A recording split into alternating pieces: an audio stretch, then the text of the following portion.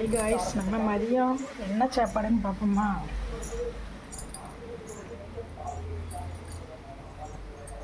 சாப்பாடு மதியம் குக்கரில் சாப்பாடு ஆக்கினேன் ஃப்ரெண்ட்ஸ். அடிக்கடி குக்கரில் வைக்காதீங்க, குக்கரில் வைக்கக்கூடாதுன்னு சொல்லுவாங்க.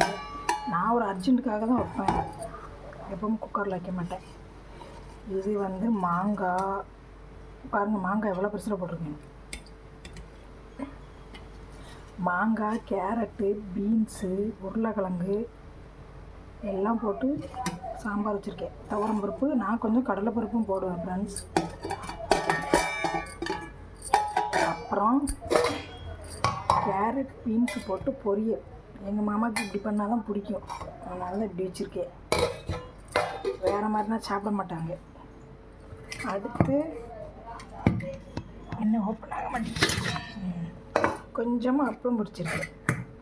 அப்புறம் தோசை, இட்லி, சப்பாத்தி எதனாலும் ஊற்றிக்கிடுவோம். நீங்களும் மதியம் என்ன சமைச்சீங்கன்னு சொல்லி எனக்கு கமெண்டில் சொல்லுங்கள் ஃப்ரெண்ட்ஸ். பாய்.